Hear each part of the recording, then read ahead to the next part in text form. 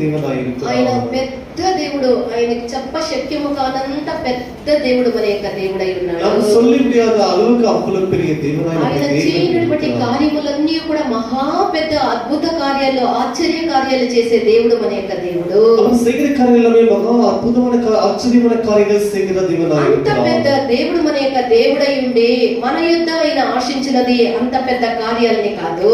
அவ்வளவு பெரிய தேவனாய் இருந்த அவரிடத்துல கேட்பது அவ்வளவு பெரிய காரியங்களே அல்ல. మన ఎడల ఆయన ఆశించినది చాలా చిన్న చిన్న కార్యాలని దేవుడు ఆశించే దేవుడై ఉన్నాడు. நம்மிடத்துல பெரிய பெரிய காரியங்களை அவர் விரும்பாமல் சிறிய காரியங்களை அவர் கேட்கிறார். మనము ఆయన ఆశించినటువంటి, ఆయన ఎదురు చూసేటువంటి, ఆయన ఇష్టపడినటువంటి ఆ చిన్న కార్యాలు మనం చేయకుండా పోతే, அவர் எதிர்பார்க்கிற விரும்புகிற காரியத்தை சிறிய காரியத்தை செய்யாமல் போனால் మనము పెద్ద ఆపదలకు మనము గురి కావాల్సి వస్తుంది. பெரிய ஆபத்துகளுக்கு நாம் ஆளாக வேண்டியதாக இருக்கும். చిన్న బాధ్యతలు మనము చేయకపోతే, சிறிய கடமைகளை நாம் செய்யாமல் போனால் పెద్ద ప్రమాదాలు మనం ఎదుర్కోవాల్సి వస్తుంది. பெரிய ఆపత్తులు ఎదుర్కొల్ల వేண்டிయதாக వரும். పరిశుద్ధ వేదములో మనం చూసినట్లయితే చిన్న కార్యాలని అలక్ష్య పెట్టి నిర్లక్ష్యం చేసినందువల్ల పెద్ద ఆపదలకు గురి అయినటువంటి కొన్ని సందర్భాల గురించి మనం ఇప్పుడు చూస్తాము. சிறிய காரியத்தை அலட்சியம் பண்ணினாலே பெரிய ஆபத்துகளை எதிர்கொண்டதை நாம் பார்க்கிறோம். చిన్న కార్యాలను లక్ష్య పెట్టలేదు ఎవరు? చిన్న కార్యాన్ని లక్ష్య పెట్టకపోయే ఆదాము. அந்த சிறிய காரியத்தை கடைபிடிக்காமல் போனார் ஆதாம். ఆదాముని దేవుడు తన స్వరూపమందు, తన యొక్క పోలిక చొప్పున, తన యొక్క సారూప్యమందు దేవుడు ఆదామును సృష్టించే. தேவனானவர் ஆதாமை உருவாக்கும்போது தன்னுடைய சாயலின்படி ரூபத்தின்படியே அவனை உருவாக்கினார். సృష్టించబడినటువంటి ఆదామును దేవుడు ఏదైనా తోటలో ఉంచే. அப்படி உருவாக்கி அவனை ஏதேன் తోటத்திலே வைத்தார். ఏదైనా తోటలో అన్ని కలిగించి అన్నిటి మీద సర్వాధికారిగా ఉండమని దేవుడు ఆదామునకు అంత అధికారమునిచ్చి ఆయన ఏదైనా తోటలో పెట్టే. ஆதாமை ஏதேன் தோட்டத்தை உருவாக்கி வைத்து அந்த முழு ஏதேன் தோட்டத்தையும் ஆளுகை செய்யும்படி தேவன் வைத்தார். ఆ తోటను పదనపరచుటకును, அந்த தோட்டத்தை பதப்படுத்தி దాన్ని కాపాడుటకును, ఆ తోటలో ఉండేటువంటి ఒక మంచి అవకాశాన్ని, ఒక మంచి ధన్యతని దేవుడు ఆదామునకు ఇచ్చే. తోటలో இருக்கும்படிக்கு వసిக்கும்படிக்கு தேவன் ஆதாமுக்கு நல்ல ஒரு பாக்கியத்தை கொடுத்தார். ఇంత గొప్ప భాగ్యము ఆదాముకు దొరికినను ఏదో పెద్ద భాగ్యం ఆదాముకి கிடைத்தாலும் ఒక చిన్న అలక్ష్యము ఆదాము చేసే. ஒரு சிறிய அலட்சியம் பண்ணினா, ఆయన ఒక చేసినటువంటి ఆ యొక్క నిర్లక్ష్యం వల్ల చేసినటువంటి ఒక చిన్న అలక్ష్యము అతడు తోటలో నుండి బయటికి పోయేంత ఒక దారుణానికి ఆదాము వచ్చే. அலட்சியம் பண்ண சிறிய காரியத்தை நிமித்தமாக ஆதாம் இப்பொழுது அந்த தோட்டத்தை விட்டு வெளியே வரபடி దేవుడు ఒక స్థలములో మనల్ని పెడితే ఆ స్థలమునకు మనం నమ్మకస్థలమై ఉండాలి. கர்த்தரை இடத்திலே வைத்தால் அதிடத்திலே நாமே உண்மையாக இருக்க வேண்டும். దేవుడు ఆదాముని ఏదైనా తోటలో ఉంచే. தேவனானவர் ఆదాமை ఏదైనా తోటத்திலே வைத்தார். ఏదైనా తోటలో ఉంచిన కారణము ఆ యొక్క ఏదైనా తోటని జాగ్రత్తగా కాపాడేదానికి కూడా ఆదాముకి ఆ యొక్క బాధ్యతని దేవుడు ఇచ్చి ఉండిరి. తోటத்திலே வைத்து அவனை தோட்டத்தை பத்திரம் பாதுகாக்க வேண்டும் என்று தான் தேவன் அவனை வைத்தார். అయితే ఆ యొక్క తోటను కాపాడే విషయంలో ఆదాము నిర్లక్ష్యము చేసే. తోటத்தை కాపాడే విషయంలో ఆదాం అలక్ష్యం பண்ணினார். చూడండి, దేవుడు అనుమతించినటువంటి ఒక సర్పము ఆ తోటలోనికి వస్తూ ఉన్నది కదా. பாருங்கள், கர்த்தரால் தேவன் அனுமதிக்காத ஒரு சர்ப்பம் தோட்டத்தில் வருகிறது அல்லவா? ఒకవేళ ఆదాము ఆ తోటని బాగా చక్కగా కాపదల కాచి ఉంటే ఆ సర్పము లోపలికి వచ్చేదా? ஒருவேளை ஆதாம் அந்த தோட்டத்தை நன்றாக காப்பாற்றி இருந்தால், கண்காணித்திருந்தால், ஒருவேளை அந்த பாம்பா சர்ப்பம் வந்திருக்குமா? ఒకవేళ వచ్చి ఉంటే కూడా దాన్ని తరిమి, దాన్ని కర్ర తీసుకొని దాన్ని కొట్టి దాన్ని తరిమేసి ఉండాలి కదా. ஒருவேளை அதை கண்காணித்து அது வரும்போது அதை அடித்து துரத்தி இருக்க வேண்டும் அல்லவா? అయితే ఆ యొక్క కార్యమును చేసేదాంట్లో నిర్లక్ష్యం వహించే ఆదాము அந்த காரியத்தை செய்வதிலே அலட்சியம் பண்ணி இருக்கிறார். దాన్ని బయటికి దాన్ని చూసి కూడా చూడకుండా ఉండేటట్లుగా ఉండిపోయే దాన్ని బయటికి పంపించాలన్న చింత, ఆ యొక్క కార్యము, ఆ చింత కూడా ఆదాము యొక్క హృదయంలో లేకపోయే. ஒரு சர்ப்பத்தை பிடித்து அதை வெளியே துரத்த வேண்டும் என்ற சிறிய காரியங்களை செய்யாமல் போயிருக்கிறார் ஆதாம். కావున ఆ యొక్క సర్పం ఏం చేసే? அந்த சர்ப்பம் என்ன செய்தது? కుయుక్తి చేత అవ్వని వంచించే. తంత్రத்தினாலே ఏవాளை వంచిத்தது. అవ్వని వంచించి అవ్వ ద్వారా ఆదాముని వంచింపచేసే. ఏవాளை వంచితది, பிறகு ఏవాள் మూలமாக ఆదామైயும் వంచితది. దేవుడు పెట్టినటువంటి చిన్న నిర్లక్ష్యము, చిన్న అలక్ష్యం వల్ల ఆదాము దేవుడు పెట్టినటువంటి యొక్క తోటలో నుండి తరిమి వేయబడే. சிறிய அலட்சியம் தான் தேவன் வைத்த தோட்டத்திலிருந்து ஆதாம் வெளியே வந்திருக்கிறார். ఆ యొక్క అలక్ష్యం వల్ల దేవుడు అనుగ్రహించినటువంటి సమస్త ఆశీర్వాదములని ఆదాము కోల్పోయే. அந்த சிறிய அலட்சிய நிமித்தமாக கர்த்தர் கொடுத்த అவ்வளவு ఆశీర్వాదం. ప్రియమైనటువంటి దేవుని యొక్క జనమ, దేవుడు మనల్ని పెట్టి ఉన్నది మన యోగ్యత కంటే, మన యొక్క అర్హత కంటే అధికముగా దేవుడు మనల్ని ఎంచి మనకు ఎన్నో భారాల్ని, ఎన్నో మన యొక్క బాధ్యతల్ని దేవుడు, మన యొక్క అర్హతకు మించినటువంటి బాధ్యతల్ని దేవుడు మనకి ఇచ్చి ఉన్నాడు. தேவன் நம்மை தெரிந்து கொண்டு நம்முடைய அருகதைக்கு மிஞ்சி நம்மை எவ்வளவு கடமைகளை கொடுத்து நம்மை வைத்தார். మనము అన్ని రీతిలుగా జాగ్రత్త కలిగిన వాళ్ళమై ఉండాలి. எல்லாரும் எச்சரிக்கையாக கர்த்தர் கொடுத்த காரியத்தை செய்வதிலே ஜாக்கிரதையாக இருக்க வேண்டும். దేవుడు పెట్టినటువంటి స్థలములో మనం నమ్మకస్తులమై ఉండాలి. கர்த்தர் நம்மை வைத்த இடத்தில் நாம் உண்மையாக இருக்க வேண்டும். అప్పుడు దేవుడు మనల్ని ఆశీర్వదించి మనల్ని గణపరచుదరు. கர்த்தர் நம்மை ஆசீర్వదించి நம்மை கனப்படுத்துவார். మన యొక్క జీవితము దేవుడు ఎదురు చూసే విధముగా ఉండాలనే దేవుడు ఆశించినది. கர்த்தர் நாம் அவர் எதிர்பார்க்கிற விதமாக ஜீவிக்க இருக்க வேண்டும் என்றுதான் அவர். ఒకవేళ మనము దేవుడిచ్చినటువంటి కార్యాన్ని మనం అజాగ్రత్తగా ఎంచి నిర్లక్ష్యం చేసినట్లయితే మనం అన్ని ఆశీర్వాదాలని మనం పోగొట్టుకోవలసి వస్తుంది. கர்த்தர் நம்ம வைத்ததான அந்த இடத்தை விட்டு நம்ம அலட்சியம் பண்ணி அஜாக்கிரதை இருப்போம் என்று சொன்னால் கர்த்தர் கொடுத்த எல்லா ஆசீர்வாதங்களையும் இழந்து చిన్న అలక్ష్యం వల్ల మనము దిగంబరులుగా మారేటువంటి ఒక స్థాయికి మనం పోతాము. சிறிய அலட்சியம் தான் நம்முடைய எல்லா ஆசீர்வாதம் இழந்து போய் நிர்வாணமாய் இருப்பதற்கு காரணமாய் மாறிவிடும். కావున అలక్ష్యము మన యొక్క జీవితంలో ఉండకుండా మనం జాగ్రత్త కలిగి ఉందము గాక. అలక్ష్యం జీవితంలో ఇరాదపడికి జాగ్రత్తగా இருப்போம். తర్వాతగా మనం చూసినట్లయితే இன்னும் நம்ம பிறகு பார்க்கும்போது చిన్న అవిధేయత కూడా మన యొక్క జీవితంలో ఉండరాదు. சிறிய கீழ்ப்படியாமை கூட இருக்க கூடாது. ఇశ్రాయేలీయులకి రాజు కావాలని కోరుకున్నప్పుడు దేవుడు సౌలుని ఇశ్రాయేలీయులకి ప్రథమ రాజుగా చేయాలని కోరే. அந்த இஸ்ரவேல் ஜனங்கள் அவிதமாகவே ஜனங்களுக்கு ராஜா வேண்டும் என்று கேட்கும்போது தேவனானவர் அந்த சவுலை ராஜாவை தேர்ந்தெடுத்தார். సౌలుని గురించి మనం చూసినట్లయితే சவுலை குறித்து நாம் பார்க்கும்போது సౌలు ఇశ్రాయేలీలో ఒక చిన్న గోత్రమైనటువంటి బెన్యామీన్ కులమునకు చెందినటువంటి కీష్ అనేటువంటి ఒక కుటుంబానికి చెందినవాడు. இந்த சவுல் என்பவர் இந்த பென்யமீன் குலத்திற்கு சேர்ந்த கீஷ் என்ற குமாரனாய் இருக்கிறார். ఇంత చిన్న గోత్రానికి కుటుంబానికి చెందినవాడైనను இந்த சிறிய கோத்திரத்துக்கு சேர்ந்தவனாய் இந்த சவுல் இருந்தாலும் గాడిదల వెంట పోయి గాడిదలు మేపేటువంటి ఒక పని చేస్తూ ఉండేటువంటి సౌలు అయి ఉన్నను. அவன் ஒரு கழுதைகளை மேய்க்கிறதான ஒரு சிறிய வேலை செய்து கொண்டிருந்தாலும் கூட అతన్ని దేవుడు ఆశీర్వదించి அவனை தெரிந்து கொண்ட ఇశ్రాయేల్ దేశానికి ఇశ్రాయేలీయులకి రాజుగా దేవుడు ఎన్నుకొని இஸ்ரவேல் ஜனங்களுக்கு ராஜாவாக அவனை அபிஷேகம் பண்ணினார். అభిషేకించాలని తలంచే அபிஷேகம் பண்ண வேண்டும் என்று நினைத்தார். దేవుడు అతనికి ఒక ఉన్నతమైనటువంటి పదవిని ఇచ్చుటకు అపేక్ష కలిగి ఉండే அவனுக்கு ఉన్నతమైన పదవి கொடுக்க வேண்டும் என்று விரும்பினார். ఈ యొక్క కార్యాన్ని సామువేలు ద్వారా సౌలుకి తెలియపరిచినప్పుడు இந்த ஒரு காரியத்தை சாமுவேல் மூலமாக தேவனால் சவுலுக்கு தெரியப்படுத்தும் போது సౌలు ఏమంటూ ఉన్నాడు? அதை கேட்ட சவுல் என்ன சொல்கிறார்? అయ్యో దీనికి నేను కొద్దిగా కూడా యోగ్యుడను కాను అని సౌలు సామువేలుతో చెప్తూ ఉన్నాడు. நாட்டவனை இதற்கு அருகதையற்றவன் என்று அவிதமாக சொல்லுகிறார் சவுல். ఇది ఒకవేళ తగ్గింపును చూపించినా కూడా ஒருவேளை தன்னை தாழ்த்துவதை காட்டினாலும் ఇది తగ్గింపు కాదు, தாழ்மை அல்ல. ఇది సౌల్లో ఉండేటువంటి అవిధేయత. మొదట అవిధేయత బయలుపడిందే, నేను ఎంత మాత్రము యోగ్యుడను కాదు అని సామువేలుతో ఎదురు చెప్పినదే ఇతని యొక్క అవిధేయత అక్కడ చూపించబడుతూ ఉన్నది. மாத்திரம் கூட தகுதியற்றவன் என்று அவருக்கு எதிர்வார்த்தை பேசினான். அதுதான் கீழ்ப்படியாமையா இருக்கிறது. ఇది అతని యొక్క స్వభావంలోనే ఈ ఎదురు మాట్లాడేది అవిధేయత చూపించేది సౌలుకు కలిగి ఉండే. సౌలుக்கு ఎదురు பேசுவது கீழ்ப்படியாமை காட்டுவது என்பதோட స్వభావத்திலே இருக்கிறது. ఆయనను దేవుడు అతన్ని ఇశ్రాయేలీయులకు రాజుగా చేసే அவனை இஸ்ரவேல் ஜனங்களுக்கு ராஜாவாக దేవుడు సామువేలు ద్వారా సౌలుకి ఆజ్ఞాపించి சாமுவேல் மூலமாக சவுலுக்கு தேவன் கட்டளையிட்டார். అమాలేకీయుని సంపూర్ణంగా సంహరించి నాశనం చేయాలని సౌలుతో చెప్పినను కూడా அமலேக்கியரை முழுவதுமாக முற்றுமை சங்கரிக்க வேண்டும் என்று தேவனானவர் அவனுக்கு சொன்ன போதும் సామువేలు ద్వారా సౌలుకి ఇది చాలా జాగ్రత్తగా ఆజ్ఞాపించినటువంటి ఒక కార్యము. అమాలేకీయుని ఒక్కరిని కూడా మిగిల్చకూడదు, అమాలేకీయుని సంపూర్ణంగా హతమార్చాలి, నాశనం చేయాలని ఆజ్ఞాపించబడి ఉండే. தேவனானவர் சாமுவேல் மூலமாக சவுலுக்கு சொல்லப்பட்டது என்னவென்றால் அந்த அமலேக்கியரை முழுவதுமாக சங்கரிக்க வேண்டும் என்று சொல்லப்பட்டது. అయితే సౌలు ఏం చేసే? సౌలు என்ன செய்தார்? శ్రేష్టమైన చదవండి 1 సామువేలు 15వ అధ్యాయం 3వ వాక్యం చదవండి. 1 సామువేలు 15వ అధ్యాయం 3వ వచనం படிப்போமாக. ಈಗ ನೀನು ಹೋಗಿ ಅವರನ್ನು ಸೋಲಿಸಿ ಅವರಿಗೆ ಇರುವುದನ್ನೆಲ್ಲ ಸಂಪೂರ್ಣವಾಗಿ ಹಾಳು ಮಾಡು.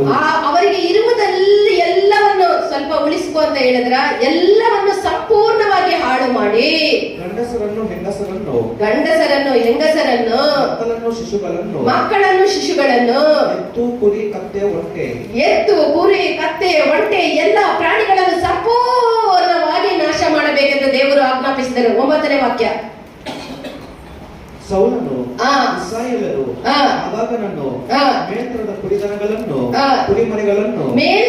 ಕುರಿದನಗಳನ್ನು ದನಕುರಿಗಳನ್ನು ಕೊಬ್ಬಿದ ಪಶುಗಳನ್ನು ಶ್ರೇಷ್ಠವಾದ ಎಲ್ಲಾ ಪದಾರ್ಥಗಳನ್ನು ನಾಶ ಮಾಡ ಮನಸ್ಸಿಲ್ಲದೆ ನಾಶ ಮಾಡ ಮನಸ್ಸಿಲ್ಲದೆ ಉಳಿಸಿ ಪ್ರಯೋಜನವಿಲ್ಲದಂತ ಪ್ರಯೋಜನವಿಲ್ಲದಂತಹ ಹೀನವಾದವುಗಳನ್ನೆಲ್ಲ ನಾಶ ಮಾಡಿಬಿಟ್ಟರು. హీనవాదవుಗಳನ್ನೆಲ್ಲವನ್ನು నాశ ಮಾಡಿಬಿಟ್ಟరు. చూస్తారా, ఇక్కడ మనం గమనించాల్సినటువంటి కార్యం ఏమనగా நீ கவனிக்க வேண்டியது என்னவென்றால் ఇది నీకు అవిధేయత ఎంత గొప్పది అంటే அவனை கீழ்ப்படியாமை எவ்வளவு பெரிது என்று అన్నిటినీ சொன்னார். నాశనం చేసి అన్నిటినీ ఏమీ లేకుండా నిర్మూలన చేయాల దేవుడు క్లియర్ గా చెప్పే పశువుల్నే గాని ఆడవాళ్ళనే గాని మగవ పురుషుల్నే గాని స్త్రీలనే గాని పిల్లల్నే గాని పెద్దల్నే గాని వాళ్ళ యొక్క పశువుల్నే గాని గొర్రె మేకలే మందనే గాని ఏది అమాలేకులకు సంబంధించిన ఏది పెట్టుకోకూడదు, అన్నిటినీ తుడిచిపెట్టాలని దేవుడు ఆజ్ఞాపించి ఉంటే இங்கே பார்க்கும்போது வசனத்திலே கர்த்தர் தேவனானவர் மிகவும் தெளிவாக சொல்லுகிறார். நீ அமலேக்கரை சங்கரிக்கும் போது அவர்களிலே ஸ்திரீகளையும் ஆண்களையும் குழந்தைகளையும் பிள்ளைகளையும் மிருக ஜீவங்களையும் ஆடவர்களையும் எல்லாவற்றையும் சங்கரிக்க வேண்டும் என்று முழுவதுமாக சொல்லி இருக்கிறார். అంటే సౌలు ఏం చేస్తూ ఉన్నాడు? நீங்க சவுல் என்ன செய்கிறார்? పనికిరానటువంటి గుడ్డివి గూనివి పనికిరానటువంటి బలహీనపడిన వాటినంతా సంహరించి వాటిలో శ్రేష్టమైన వాటినన్నిటినీ కూడా మిగిల్చుకొని பாருங்கள், அதுல சிறப்பா இருக்குது நலமா இருக்குது எல்லாவற்றையும் மீதம் வைத்து ఇది மற்றவைகள் எல்லாவற்றையும் கொண்டு போட்டிருக்கிறார் இந்த சவுல். ఇది సౌలు చేసినది ఇది న్యాయమేనా? இப்படி செய்திருப்பது சவுல் செய்திருப்பது நியாயமா? అది ఏ కారణమైనా సరే దాని కారణాలు 100 కారణాలు సౌలు చెప్పవచ్చు. అయితే దేవుడు చెప్పిన దాన్ని మితిమీరినటువంటి కార్యమని చేసి ఇతను చేసినటువంటి ఏక కార్యము ఒప్పుకోదగినదేనా? இப்படி செய்திருப்பது ஏற்றக்கூடியதா? அவன் எவ்வளவு தான் காரணத்தை சொன்னாலும் அது ஏற்றக்கூடியது அல்ல. ఈ కార్యాన్ని దేవుడు సౌలుతో చెప్పినప్పుడు இந்த காரியத்தை தேவனானவர் சவுலுக்கு சொல்லும்போது సౌలు ఎంత మాత్రము కూడా తాను చేసినటువంటి ఏక కార్యానికి పశ్చాత్తాపపడలేదు. சவுல் మాత్రం కూడా తాను செய்ததற்கு మనస్తాపపడలేదు. అతని అవిధేయత వల్ల కలిగిన కార్యమేమి? அவன் கீழ்ப்படியாமை நிமித்தமாக ஏற்பட்ட காரியம் అతడు తన యొక్క అభిషేకాన్ని కోల్పోయే, அபிஷேகத்தை இழந்து விட்டான். తన యొక్క రాజ్యాన్ని అతడు కోల్పోవలసి వచ్చే, ராஜ்யத்தை இழக்க வேண்டிய நிலைமை வந்தது. అతను చెయ్యకూడనటువంటి కార్యాలను చేసేటటువంటి ఒక దుష్ట ఆత్మ కలిగినటువంటి మనిషిగా మారిపోయే. சவுல் செய்யக்கூடாத காரியத்தை செய்கிற ஒரு பொல்லாத மனிதனாய் மாறி இருக்கிறார். మనము కూడా ప్రియమైనటువంటి దేవుని యొక్క జనమా, మనము కూడా ఈ సౌలులో ఉండేటటువంటి యొక్క అవిధేయత ఆత్మకి మనం ఎంత మాత్రమో మనం చోటివ్వరాదు. సౌలుకుల్ இருந்த அந்த கீழ்ப்படியாமை ஆவிக்கு అనేక సందర్భాల్లో మనం ఈ యొక్క అవిధేయత ఆత్మని మనం చూపిస్తూ ఉంటాము. అనేక నేరங்களில் கீழ்ப்படியாமை ஆவியை நாம் காட்டிக்கொண்டே இருக்கிறோம். అవిధేయత ఆత్మ ఎంతో మంది తల్లిదండ్రులు పిల్లలు చెప్తే అది అట్లా కాదులే, నీకేమీ తెలియలేదు, పిల్లలు ఎక్కడ చెప్పినా కూడా అవిధేయత పెద్దలే కానీ చిన్నలే కానీ బోధించే బోధించినట్లే ఏమి బోధిస్తే మేము వినాలన్న అవిధేయత మనం చూపిస్తే నిజముగా దేవుడు పెట్టినటువంటి ఆశీర్వాదాలను మనం పొందుకునే దానికి వీలు కానే కాదు. பாருங்கள், பெற்றோர்கள் சொல்வார்கள், பெரியவர்கள் சொல்வார்கள், போதகர்கள் சொல்வார்கள், அவர்கள் நாம் சொல்வதை கேட்க வேண்டுமா என்று அப்படி அலட்சியம் பண்ணுற கீழ்ப்படியாமை காரியத்தை நாம் வெளிக்காட்டுவோம். అవిధేయతను మనం చూపించినట్లయితే கீழ்ப்படியாமை காட்டுவோம் என்று మన అభిషేకాన్ని మన ఆశీర్వాదముని రెండింటిని మనం అన్నిటినీ మనం కోల్పోవలసి వస్తుంది. అభిషేకத்தையும் ఆశీర్వాదத்தை இரண்டையும் இருக்க வேண்டிய நிலைமை வரும். కావున ఈ యొక్క అవిధేయత మన జీవితంలో లేకుండా మనం చూసుకుందాము గాక. కీழ்పడియాமை మన జీవితంలో ఇలాదబడి కాపాడుకొనుమాక. తర్వాత మన యొక్క జీవితంలో లేజినెస్, దాన్ని తెలుగులో ఏమంటారు? లేజినెస్, కన్నడలో సోంబేరితన, తెలుగులో సోమరి. Very good. దానికి నువ్వు ముందు కూర్చోవల్ల మంజుల. హల్లెలూయా. సోమరితన నేను అనుకుంటా ఉంటాను, ఏమి సోంబేరితన నేనే కన్నడలోనే వస్తా ఉంది కానీ నాకు తెలుగులో స్ట్రైకే కాలేదు. హల్లెలూయా. సోమరితనం ఒక చిన్న లేజినెస్ పెద్ద ఆశీర్వాదముల్ని మనకి ఆటంకపరుస్తుంది. ஒரு சிறிய சோம்பேறித்தனம் தான் பெரிய ஆசீர்வாதங்களை நமக்கு தடையா இருக்கும். తమిళ్లో ఏంటప్పా? సోంబేరితనం. హల్లెలూయా. ఒక చిన్న లేజినెస్ మన జీవితంలో గొప్ప ఆపదల్ని ఎదుర్కోవలసి వస్తుంది. ஒரு சிறிய சோம்பேறித்தனம் தான் நம்ம జీవితంలో பெரிய ఆపత్తులను ఎదుర్కొల్ల వేண்டிய నిలబై వரும். దావీదుని దేవుడు ప్రేమించే, దేవుడు దావీదుని నేసిస్తాడు. సౌలుని నెట్టివేసి దావీదుని దేవుడు ఆ యొక్క ఇశ్రాయేలీయులకు దేవుడు రాజుగా దావీదును మార్చే. ఇప్పుడు సౌలు దేవుని తల్లి విட்டு దావీదుని నేసిత అవని రాజాగా తెలియదు కొంత. సౌలు స్థానానికి దేవుడు ఇప్పుడు అభిషేకించి దావీదుని దేవుడు తీసుకొని వచ్చి పెట్టే. సౌలు తల్లి విட்டு ఆ సౌలు இடத்துக்கு దావీదు దేవుని తెలియదు. దావీదు గురించి మనం చూసినట్లయితే దావీదు ఒక మంచి యుద్ధ వీరుడై ఉండే. దావీదు நல்ல యుద్ధ వీరుడై இருந்தான். అయితే అంత గొప్ప యుద్ధ వీరుడుగా ఉన్నను அவரு యుద్ధ వీరుడై இருந்தான். అతను చూపినటువంటి ఒక నిర్లక్ష్యం ఏమనగా செய்த ஒரு నిర్లక్ష్యం, ஒரு అలక్ష్యం என்னவென்றால் 2 సామువేలు 11వ మొదటి వాక్యాన్ని చదవండి. 2 సమూయేలు 11వ అధ్యాయం 1వ వచనం படிப்போம். 2 Samuel 11th chapter first verse. ಮರುವರುಷ ಆ. ಅರಸರು ಯುದ್ಧಕ್ಕೆ ಹೊರಡುವ ಸಮಯದಲ್ಲಿ ದಾವೀದನು ಯೋವಾಬನನ್ನು ಸೇವಕರನ್ನು ಎಲ್ಲಾ ಇಸ್ರಾಯೇಲರನ್ನು ಯುದ್ಧಕ್ಕೆ ಕಳುಹಿಸಿದನು. ಅವರು ಹೋಗಿ ಅಮ್ಮೋನಿಯರ ಪ್ರಾಂತಗಳನ್ನು ಹಾಳು ಮಾಡಿ ರಬ್ಬಕ್ಕೆ ಮುತ್ತಿಗೆ ಹಾಕಿ ದಾವೀದನು ಯೆರೂಸಲೇಮಿನಲ್ಲಿಯೇ ಇದ್ದನು. ದಾವೀದನು ಎಲ್ಲಿದ್ದನು? ಯೆರೂಸಲೇಮಿನಲ್ಲಿಯೇ ಇದ್ದನು. చాలమ్మా. వసంత కాలమున యుద్ధానికి పోవలసినటువంటి సమయంలో యోవాబు ప్రధాన సైన్యాధిపతి అయినటువంటి యోవాబుని ఇశ్రాయేల్ సైన్యం అంతా కూడా యుద్ధ భూమిలో ఉంది. అయితే దావీదు ఎక్కడున్నాడు? பாருங்கள், அந்த ஒரு வருஷத்திலே ராஜாக்கள் யுத்தத்துக்கு புறப்படிய ஒரு காலம் வந்தது. யோவாபும் யுத்த சேனைகள் வீரர்கள் எல்லாமே யுத்தத்தில் இருக்கிறார்கள். இப்போது ராஜா இங்கே இருக்கிறார். యుద్ధానికి పోవలసినటువంటి సమయంలో మనము ఈ గృహములో మన యొక్క అంతఃపురములో మనం విశ్రాంతిని తీసుకోకూడదు. యుద్ధத்துக்கு போக வேண்டிய நேரத்திலே நம்முடைய అంతఃపురத்திலே வீட்டிலே நாம் இளைப்பாறக்கூடாது. యుద్ధానికి పోవలసినటువంటి రాజు అయినటువంటి దావీదు ఇప్పుడు యుద్ధానికి పోక సైన్యమునంతా పంపించి యోవాబు తన సైన్యాధిపతి అయినటువంటి యోవాబును పంపించి ఇతడు మాత్రము అతని యొక్క అంతఃపురములోనే యెరూషలేములోనే ఉండే. விதமாக தாவீது தன்னுடைய சேனைகள் யுத்தத்துக்கு போக வேண்டிய நேரத்திலே இந்த சேனாதிபதியாக இந்த யோவாபை அனுப்பி வைத்து சேனைகளை அனுப்பி வைத்து யுத்தத்தில் இருக்கிறார்கள். ஆனால் தாவீது மட்டும் போகாமல் வீட்டிலே இருக்கிறார். దీని యొక్క ఫలితం ఏమాయే? சிறிய அலட்சியம் தான் நினைக்காத அதனுடைய பிரதிபலன் என்ன ஆனது? పెద్ద పాపాన్ని చేసేదానికి ప్రేరేపించే விளைவாக பெரிய பாவத்தை செய்ய வேண்டிய நிலைமை வந்தது. నా యొక్క హృదయానుసారుడని ఎంతగానో దేవుడు దావీదును ప్రేమించినటువంటి యొక్క దేవునికి దావీదు మీద కోపము రగిలినంత పెద్ద పాపాన్ని దావీదు చేసే இதயத்துக்கு ஏற்றவன் என்ற தெய்வம் சொன்ன சாட்சிக்கு கர்த்தரை விசனப்படும் அளவுக்கு தாவீது பெரிய பாவத்தை செய்திருக்கிறார். అంత గొప్ప పాపాన్ని అతడు యుద్ధానికి పోనందువల్ల విశ్రాంతి తీసుకున్నందువల్ల అతని యొక్క జీవితంలో అది చేయవలసి వచ్చే. దావీదు యుద్ధத்துக்கு పోகவில்லை, இளைப்பாறினார். ஆகையால் ஒரு பெரிய பாவத்தை செய்யவில்லை. దావీదును దేవుడు దండించే. தேவனால தாவீதை தண்டித்தார். యుద్ధ వీరులు యుద్ధ సమయమందు తమ యొక్క కర్తవ్యాన్ని నెరవేర్చక అలక్ష్యం చేసినట్లయితే యుద్ధ వీరులు తన நேரத்திலே తన యుద్ధத்தை செய்யாமல் அலட்சியம் பண்ணுவான் என்று சொன்னார். ఉగ్రత వాళ్ళ మీదకి వస్తుంది. అతడి ఉగ్రత ಮೇಲೆ వரும். దేవుడు మనల్ని కూడా ఆయనకు ప్రియమైన వాళ్ళగా ఆయన హృదయానుసారులుగా దేవుడు మనల్ని ఎన్నుకొని ఉన్నాడు. దేవుడు நம்ம எல்லாரையும் கூட ஒரு విధేయతకు ఏర్చవలసిన సాధారణమైనటువంటి జనము కాదు. సాధారణమైన మనము దేవుని వల్ల అభిషేకించబడినటువంటి జనము. దేవుని యొక్క సమయాలను దేవునికి ఇవ్వకపోతే మన యొక్క జీవితంలో పాపమైనది జొరబడుతుంది.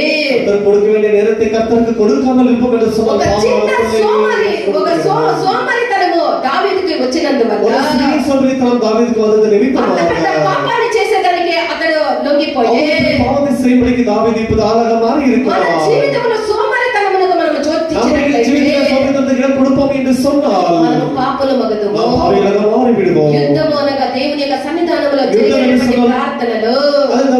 యుద్ధం என்று சொன்னால் நாம் தேவ సముద్రத்திலிருந்து జెబిక దేవునికి ఇచ్చేటువంటి సమయాలే గాని దేవుని ఆరాధించే సమయాలే గాని దేవునికి చెల్లించాల్సినటువంటి సమయాలను మనం దేవునికి ఇవ్వకుండా మనం ఉపయోగించినట్లయితే మనం పాపులమగుదుము. దేవునికి వేண்டிய நேரத்தை தேவனுக்கு கொடுக்காமல் நம்ம சொந்த நேரத்துக்கு செலவழிப்போம் என்று சொன்னால் நாம் பாவிகளாக மாறுவோம். మనము దేవుని యొక్క దేవ ద్రోహులుగా మారి దేవుని యొక్క ఉగ్రతకు మనం தேவ துரோகிகளாக மாறி கர்த்தருடைய உக்கிரத்துக்கு பாத்திரவான்களாக மாறி விடுவோம்.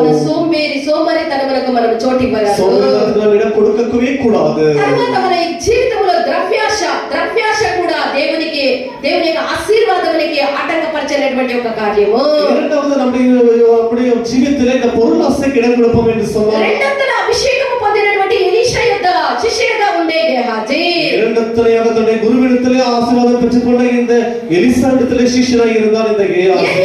ఆత్మలో రెండంతల ఆత్మను కలిగి రెండంతల బలముగా ఆశీర్వదించబడినటువంటి ఒక అభిషేకించబడినటువంటి ఒక ప్రవక్త ఎలీషా. தன்னுடைய குருவாகி எலியாவிடத்திலே இரண்டத்தனையாக அபிஷேகம் பெறப்பட்ட ஒரு பலத்த ஒரு தீர்க்கதரிசியாக இந்த எலிசா இருக்கிறார். ఆ ఎలీషాకు శిష్యుడు గేహాజీ ఉన్నాడు. ஒரு பெரிய ஒரு தீர்க்கதரிசிக்கு ஒரு శిష్యుని இப்போது గేసి இருக்கிறார். అయితే ఇతనిలో ఒక చిన్న ద్రవ్యాశకు చోటిచ్చే இந்த గేసి என்பவன் ஒரு சிறிய பொருளாசைக்கு இடம் கொடுத்தார். నయోమానికి ఒక కష్టం వచ్చినప్పుడు அவனுக்கு கஷ்டம் வரும். వచ్చినటువంటి యొక్క కష్టాన్ని పరిహరించుకునేదానికి ఎలీషా దగ్గరికి వచ్చే நகமான் என்பவன் தன்னுடைய சரீரத்திலே வந்த குஷ்டத்தை சரி செய்யும்படிக்கு எலிசாவிடத்திலே வந்தார். ఎలీషా ద్వారా అతను బాగుపడి పోయి అతనికి కానుకలు ఇవ్వాలి అని నయోమాను తన తలంచినప్పుడు அவன் அவ்விதமாகவே சுகம் பெற்ற பிறகு எலிசாவுக்கு காணிக்கை கொடுக்க வேண்டும் என்று வாக்கு ఎలీషా యొక్క కానుకల్ని స్వీకరించలేదు. எலிசாவானவர் அதை 2 ஏற்றுக்கொள்ளவில்லை. రాజుల 5వ అధ్యాయం 16వ వాక్యం చదవండి. 2 ராஜாக்கள் 5ஆம் அதிகாரம் 16ஆம் வசனம் படிப்போமாக. 2 Kings 5th chapter 16th verse. ಅದಕ್ಕೆ ಎಲೀಷನು ನಾನು ಸನ್ನಿಧಿ ಸೇವೆ ಮಾಡುತ್ತಿರುವ ಯೆಹೋವನಾನೇ, ನಾನು ಸನ್ನಿಧಿ ಸೇವೆ ಮಾಡುತ್ತಿರುವ ಯೆಹೋವನಾನೇ, ನಿನ್ನಿಂದ ಏನೂ ತೆಗೆದುಕೊಳ್ಳುವುದಿಲ್ಲ, ನಾನು ನಿನ್ನಿಂದ ಏನು ತೆಗೆದುಕೊಳ್ಳುವುದಿಲ್ಲ, నాకు ఏమీ వద్దని ఆ యొక్క నయోమాను ఇచ్చినటువంటి యొక్క కానుకల్ని ఎలీషా నిరాకరించే, உன்னிடத்தில் எனக்கு எதுவுமே வேண்டாம் என்ற அந்த நாகமான் கொடுத்த காணிக்கையிலே எலிசா எதுவுமே வாங்கவில்லை. ఇదంతా కూడా ఎలీషా శిష్యుడైనటువంటి గేహాజీ చూస్తూనే ఉన్నాడు. எல்லாமே கூட తన శిష్యులకి గేహజీ పాతి కొడుతాను இருக்கிறார். అనేక గురువు వద్దని నిరాకరించి పంపించి వేసిన ఆ యొక్క నయోమాను యొక్క రథముల వెంట పరిగెత్తుకొని గురువుకు తెలియకుండా పరిగెత్తుకొని పోయే, குரு வேண்டாம் என்று சொன்ன காணிக்கையை எடுத்துக்கொண்டு போனதுனா நாகமானுக்கு பின்னாக இப்போது தெரியாமலே குருவுக்கு தெரியாமல் கேசி ஓடி போனார். పరిగెత్తుకొని పోయి ఆ యొక్క కానుకలన్నీ కూడా తీసుకొని వచ్చే, ஓடி போய் தன்னை வேண்டாம் என்று சொன்ன காணிக்கையை மீண்டும் வாங்கி கொண்டு வந்தார்.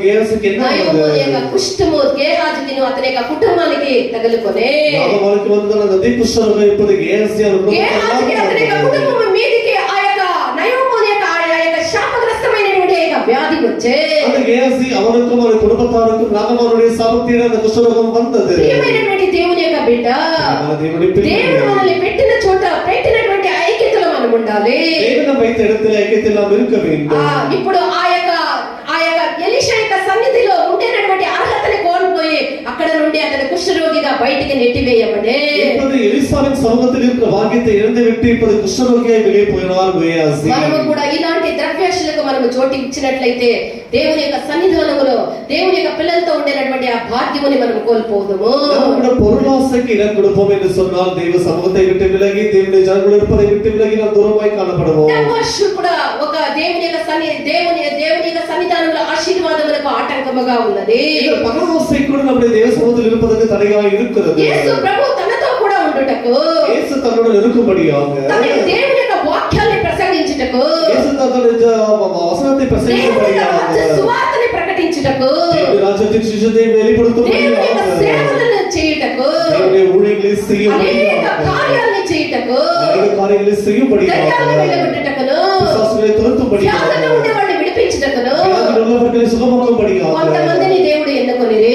சில பேரை தேவன் தெரிந்து கொண்டார். వాళ్ళు ఎన్నుకున్నటువంటి వారిలో కొన్ని బాధ్యతల్ని దేవుడు వాళ్ళకి ఇచ్చిరి. தெரிந்தவர்களுக்கு சில தேவன் சில பொறுப்புகளையும் கொடுத்தார். ఎన్నుకోబడిన ఆ యొక్క శిష్యుల్లో ఇస్కరియోతు యూదా కూడా ఒకడు. అవిధంగా தெரிந்து கொண்ட శిష్యుల్లో యూదా ఇస్కరియోతు என்பவன் కూడా ஒருவனாய் இருக்கிறார். ఇస్కరియోతు యూదాకు దేవుడిచ్చినటువంటి బాధ్యత ఏమనగా, యూదా ఇస్కరియోతుకు கொடுத்த ஒரு கடமை என்னவென்றால், డబ్బు సంచిని కానుకల యొక్క డబ్బు సంచిని మోసేటటువంటి బాధ్యతని దేవుడు ఇస్కరియోతు యూదాకి ఇచ్చే, அந்த பணப்பை அதாவது காணிக்கை பையை சுமக்கிற வேலையை கர்த்தர் அவனுக்கு கொடுத்தார். వల్ల ఈ యొక్క ఎప్పుడైతే ఈ యొక్క కానుకల యొక్క ఆ యొక్క బ్యాగ్ని మోసేటటువంటి ఆ యొక్క కార్యం, ఆ యొక్క బాధ్యత, ఆ సంచిని పట్టుకునేటటువంటి బాధ్యత ఇస్కరియోతు యూదా తీసుకొనేను. எப்பொழுது அந்த காணிக்கை பையை சுமக்கிற வேலையை யூదా இஸ்கரியோத்து வாங்கினானோ అతనికి డబ్బాశ కలిగే.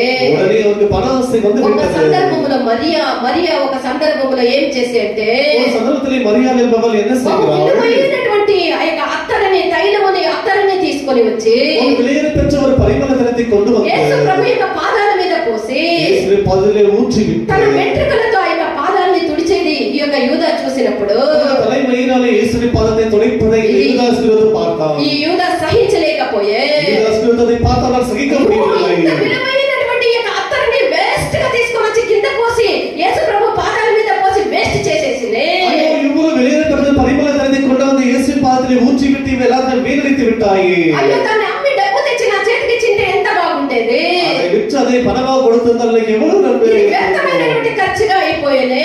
வீணான சிலுவை மாறி விட்டது. ఇలాంటి ఒక డబ్బాశ అతనికి ఉండే. இவ்வளவு பெரிய பண ஆசை அந்த யூదా இஸ்கரிయోతుக்கு ఇతనిలో కలిగినటువంటి ఈ కొద్ది డబ్బాశ వల్ల இவனுக்கு உண்டான கொடிய சிறிய ஒரு பண ஆசையினாலே తన యొక్క విమోచకుడనే తన యొక్క రక్షకుడనే 30 వెండి నాణ్యములకు ఆ యొక్క శత్రువుల చేతికి పట్టించేదానికి వెనుకంజలి వేయలేదు. கடைசியிலே தன்னுடைய மீட்பருக்கு இயேசுவையே 30 வெள்ளி காசுகளுக்கு காட்டி கொடுக்கும்படி வினத்தை செய்தார். 30 వెండి కాసుల్ని వెండిని లంచముగా తీసుకొని యేసు ప్రభుని పట్టించి అమ్మి వేసే 30 వెల్లికాసుని அவன் லட்சமாக வாங்கி இயேசுவை காட்டி கொடுத்தான். అనేక ప్రజల్ని దేవుని యొద్దకు తీసుకొని రావాల్సిన వాడు, இயேசுவிடத்தில் అనేక జనాల్ని கொண்டு வர வேண்டிய இவன், అనేక బాధ్యతల్ని వహించవలసి ఉన్నవాడు, అనేక కార్యాలు செய்ய வேண்டிய சுமக்க வேண்டிய இவன், ఇతరుల దూరినటువంటి యొక్క డబ్బాష వల్ల ఇతను కలిగినటువంటి కార్యం ఏమనగా இவனுக்குள் விழுந்த பணாசீனால் உள்ள காரியம் ఇతను ఉరి బిగించుకొని ఇతను చనిపోవలసి వచ్చే தூக்கு போட்டு மறிக்கிற நிலைமை కావున ஏற்பட்டது. ప్రారంభమందే ఇక వేరు మొలిచినప్పుడే దాన్ని పెరిగి వేసి ఉంటే அந்த வேறானது கசப்பான வேறு முளைக்கும் போதே அதை பிடுங்கி எரிந்திருந்தால் ఇంత దారుణానికి కారణకుడు అయి ఉండేవాడు కాదు. దూరమైన కార్యక్రమాలు అలాగా మారి இருக்க మనం மாட்டார். కూడా ఇలాంటి కార్యాలు మనలో వచ్చినప్పుడు దాన్ని వేరుతో కూడా పెరిగి వేయాలి. நம்மில் இப்படிப்பட்ட காரியம் வரும்போது வேரோட பிடுங்கி போடணும். లేని యెడల పెద్ద దౌర్భాగ్యాన్ని మనం ఎదుర్కోవలసి వస్తుంది. பெரிய దూరమైన నిలமை ఎదుర్కొల వేண்டிய నిలமை దేవునికి చెల్లించినటువంటి దశమ భాగములు కానుకలు అవి దేవునిదే, అది దేవునికే చెల్లించాలి. దేవునికి చెల్లించే దశమ కార్యాలు దేవునికి దేవునికే చెల్లించాలి. దేవునికి చెల్లించాల్సినది నీ యొద్ద పెట్టుకుంటే ఏ రోజుకైనా దాన్ని లెక్కలతో వేసి దేవుడు దాని ఆ కార్యానికి న్యాయం తీర్చుదురు. దేవునికి செலுத்த வேண்டியது நம்ம வைத்துக் கொண்டிருந்தால் அதை தேவன் கணக்கு வைத்து எல்லாவற்றையும் அவர் வகிக்கொள்வார். చిన్న కార్యాలు ఎంతో పెద్ద భయంకరమైనటువంటి చెడు పరిణామాలని కలిగిస్తుంది. ஸ்திரீ காரியத்தில் எவ்வளவு பெரிய ஒரு ஆபத்துகளை ஏற்படுத்தி விடுகிறது. మనం చిన్న కార్యాల్లో నమ్మకస్తులమై ఉంటే దేవుడు పెద్ద ఆశీర్వాదముల్ని దేవుడు మనకు అనుగ్రహించుదురు. ஸ்திரீ காரியத்தில் உண்மை இருந்தால் அதுக்கு கர்த்தரே நமக்கு எல்லாவற்றும் உண்மையாக இருப்பார். మనం చిన్న చిన్న కార్యముల్లో నమ్మకస్తులమై ఉండాలి. ஸ்திரீ காரியங்களை கர்த்தருக்கு உண்மையாக మనకు అప్పగించినటువంటి సమస్త కార్యాల్లో మనం నమ్మకస్తులమై ఉండాలి. ஒவ்வொரு எல்லா காரியத்திலும் கர்த்தருக்கு உண்மையாக இருக்க வேண்டும். ఏ ఏ కార్యాల్లో మనం నమ్మకస్తులమై ఉండాలి? எல்லா காரியத்திலும் உண்மையாக இருக்க வேண்டும். మత్తయి సువార్త 25వ అధ్యాయం 21వ వాక్యములో చదవండి. மத்தேயு சுவிசேஷம் 25ஆம் அதிகாரம் 21ஆம் வசனம் படிப்போமாக. ಅವನ ದಣಿಯು ಬಲ ನಂಬಿಕಸ್ಥನಾದ ಒಳ್ಳೆ ಆಳು ನೀನು. ಬಹಳ ನಂಬಿಕಸ್ಥನಾದ ಒಳ್ಳೆ ಆಳು ನೀನು. ಸ್ವಲ್ಪ ಕೆಲಸದಲ್ಲಿ ನಂಬಿಕಸ್ಥನಾಗಿದ್ದೆ. ಸ್ವಲ್ಪ ಕೆಲಸದಲ್ಲಿ ನೀನು ನಂಬಿಕಸ್ಥನಾಗಿದ್ದೆ. ದೊಡ್ಡ ಕೆಲಸದಲ್ಲಿ ನಿನ್ನನ್ನು ಇಡುತ್ತೇನೆ. ದೊಡ್ಡ ಕೆಲಸದಲ್ಲಿ ನಿನ್ನನ್ನು ಇಡುತ್ತೇನೆ. ನಿನ್ನ ದಣಿಯ ಸೌಭಾಗ್ಯದಲ್ಲಿ ಸೇರು. ನಿನ್ನ ದಣಿಯ సౌభాగ్యದಲ್ಲಿ సేరు ಎಂದು ಹೇಳಿದರು. మనం చిన్న చిన్న కార్యముల్లో నమ్మకస్తులమై ఉండాలి. சிறிய కార్యத்திலே உண்மையாக இருக்க வேண்டும். మనం అవిధముగా నమ్మకస్తులుగా ఉండుటకు మనం ప్రయాసపడితే పెద్ద కార్యాల్లో దేవుడు మనల్ని పెట్టుదురు. சிறிய కార్యத்திலே உண்மையாக இருப்போம் என்று சொன்னால் பெரிய కార్యத்திலே ద్వితీయోపదేశకాండము 28వ అధ్యాయం 1వ వాక్యములో మనం చూసినట్లయితే உபாகமம் 28ஆம் அதிகாரம் 1ஆம் வசனம் படிக்கும்போது Deuteronomy chapter 28 verse 1. ನೀವು ನಿಮ್ಮ ದೇವರಾದ ಯೆಹೋವನ ಮಾತನ್ನು ಶ್ರದ್ಧೆಯಿಂದ ಕೇಳಿ ನಾನು ಈಗ ನಿಮಗೆ ಬೋಧಿಸುವ ಆತನ ಆಜ್ಞೆಗಳನ್ನೆಲ್ಲ ಅನುಸರಿಸಿ ನಡೆದರೆ ಆತನು ಭೂಮಿಯ ಮೇಲಿರುವ ಎಲ್ಲ ಜನಾಂಗಗಳಿಗಿಂತಲೂ ನಿಮ್ಮನ್ನು ಉನ್ನತ ಸ್ಥಿತಿಗೆ ತರುವನು. తెలుగులో నీవు నీ దేవుడైన యెహోవా మాట శ్రద్ధగా విని నేను నీకు ఆజ్ఞాపించుచున్న ఆయన ఆజ్ఞలన్నిటిని అనుసరించి నడుచుకొనిన ఎడల నీ దేవుడైన యెహోవా భూమి మీద ఉన్న సమస్త జనముల కంటే నిన్ను హెచ్చించును. తమిళ இன்று நான் உனக்கு விதிக்கிற உன் தேவனாகிய கர்த்தருடைய கட்டளைகளின்படி எல்லாம் செய்ய நீ கவனமாய் இருக்கும் பொருட்டு அவர் சத்தத்திற்கு உண்மையாய் செவி கொடுப்பாயானால் உன் தேவனாகிய கர்த்தர் பூமியில் உள்ள சகல ஜாதிகளிலும் மேன்மையாக வைப்பார். நீ அப்படியாக தேவனுடைய வார்த்தைக்கு நீ செவி கொடுப்பாயானால் பூமியில் மேல் உள்ள எல்லா జాతిகளை பார்க்கிலும் నిన్ను మేన్మయాకి కర్తర్ ఆశీర్వదింపారు. నువ్వు దేవుని యొక్క మాటకు నువ్వు చెవి ఇచ్చిన ఎడల నీ కర్తరుని వార్తకి చెవి కొడుపాయి என்று சொன்னார். నిశ్చయముగా భూమి మీద ఉండేటువంటి ఆ యొక్క సమస్త ప్రజల కంటే దేవుడు హెచ్చగొన్నట్లుగా చేయును. எல்லா ஜனங்களை பார்க்கலமே ஆசீர்வதிப்பார். దేవుని మాట వినుటకు మనం నమ్మకస్తులమై ఉండాలి. వార్త கேட்பதற்கு நாம் உண்மையாக இருக்க வேண்டும். తర్వాత కీర్తనలు 31వ కీర్తన 23వ వాక్యమును చదవండి. 31ఆம் సంగీతం 23ఆం వచనం படிப்போமாக. దేవునింದ ಬರುವ ವಿಪತ್ತಿಗೆ యెహోవా భక్తులారా 31:23 యెహోవా భక్తులారా మీరందరూ ఆయనను ప్రేమించుడి. హల్లెలూయా. మీరందరూ ఆయన్ని ప్రేమించుడి. చాలా విశ్వాసులను కాపాడును. చదవండి 31:23. దేవునింద బರುವ విపత్తు కీర్తన 31:23. கர்த்தருடைய பரிசுத்தவான்களே நீங்கள் எல்லாரும் ಅವರಲ್ಲಿ ಅನ್ಬು ಕೂರುಂಗಳ್. ಭಕ್ತರೇ ನೀವೆಲ್ಲರೂ ಯೆಹೋವನನ್ನು ಪ್ರೀತಿಸಿರಿ. ನೀವೆಲ್ಲರೂ యెహోవాను ప్రీతిసిరి. మనము దేవుణ్ణి ప్రేమించే విషయంలో నమ్మకస్తులమై ఉండాలి. கர்த்தரை அன்பு கூறுவதிலே உண்மையாய் இருக்க வேண்டும். వాళ్ళని ప్రేమిస్తాము, వీళ్ళని ప్రేమిస్తాము. అయితే వాళ్ళందరూ మనల్ని చేయి విడిచిపోయే ఒక కాలం వచ్చినప్పుడు అందరూ చేయి విడిచిపోనటువంటిదే.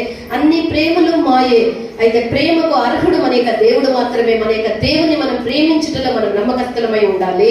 அவர்களை நேசிக்கிறேன், இவரை நேசிக்கிறேன், எல்லாரையும் நேசிக்கிறோம். ஆனால் அந்த அன்பு எல்லாமே மாயாய் இருக்கும். நான் நேசிப்பதிலே கர்த்தர் உண்மையாய் நாம் இருக்க வேண்டும். మనం దేవుని ప్రేమించే విషయంలో నమ్మకస్తులమై ఉండాలి. కర్తரை నేసిపదిలే ఉమ్మయాయి இருக்க வேண்டும். తర్వాత దేవుడిచ్చినటువంటి యొక్క జీవితములో దేవుని కొరకు వాడబడుటలో దేవుడిచ్చినటువంటి యొక్క తాళాంతులు కృపావరాల్లో దేవుడు నీకు ఒక కృపావరం ఇచ్చే, నీకు ఒక వాక్యం చదివేటటువంటి, ఒక పాట పాడేటటువంటి, లేదా ఏదో ఒక దేవుని సన్నిధానంలో ఒక సేవ చేసేటటువంటి ఏదో ఒక కృపావరాలు తాళాంతులు దేవుడు నీకు ఇచ్చినప్పుడు వాటిని నువ్వు వాటి దేవుని కొరకు వాడబడే విషయంలో నువ్వు నమ్మకస్తుడై ఉండాలి. கர்த்தர் நம்மை தெரிந்து கொண்டு கர்த்தர் நாம் ஒழுங்குபடுமே. கர்த்தர் நமக்கு சில தாளந்துகளை கொடுத்திருப்பார். அதை வசனத்தை படிப்பதோ, பாட்டுகளை பாடுவதோ, அல்லது வேதத்தை படிப்பது ஏதோ ஒரு காரியத்தை கொடுத்திருப்பார். அதை செய்வதிலே உண்மையாய் இருக்க வேண்டும். మత్తయి సువార్త 25వ అధ్యాయం 20వ వాక్యాన్ని చదవండి. అప్పుడు ఆయన తలాంతులు తీసుకొనిన వాడు 5 తలాంతులు తెచ్చి, అయ్యా నీవు నాకు 5 తలాంతులు. మనము ఇచ్చినటువంటి తాళాంతులు, మనకి ఇచ్చినటువంటి కృపావరాలు దేవునికి వాడబడే విషయంలో మనం నమ్మకస్తులమై ఉండాలి.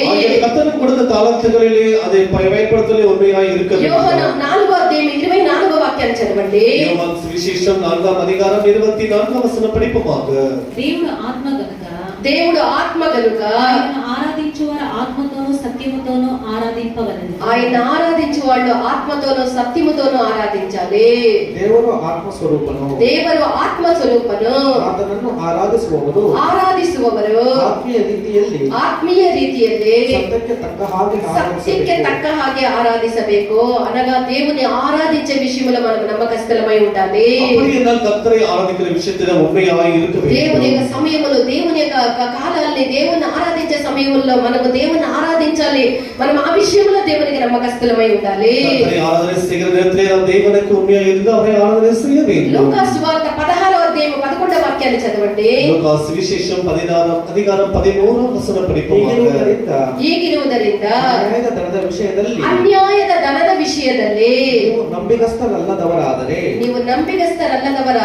ನಿಜವಾದ ಧನವನ್ನು ನಿಮ್ಮ ವಶಕ್ಕೆ ಯಾರು ಕೊಟ್ಟಾರು? ಅನ್ಯಾಯದ ಧನದ ವಿಷಯದಲ್ಲಿ ನೀವು ನಂಬಿಗಸ್ತರಾಗಿಲ್ಲದೆ ಹೋದರೆ ನಿಜವಾದ ಧನವನ್ನು ನಿಮಗೆ ಯಾರು ಕೊಟ್ಟಾರು?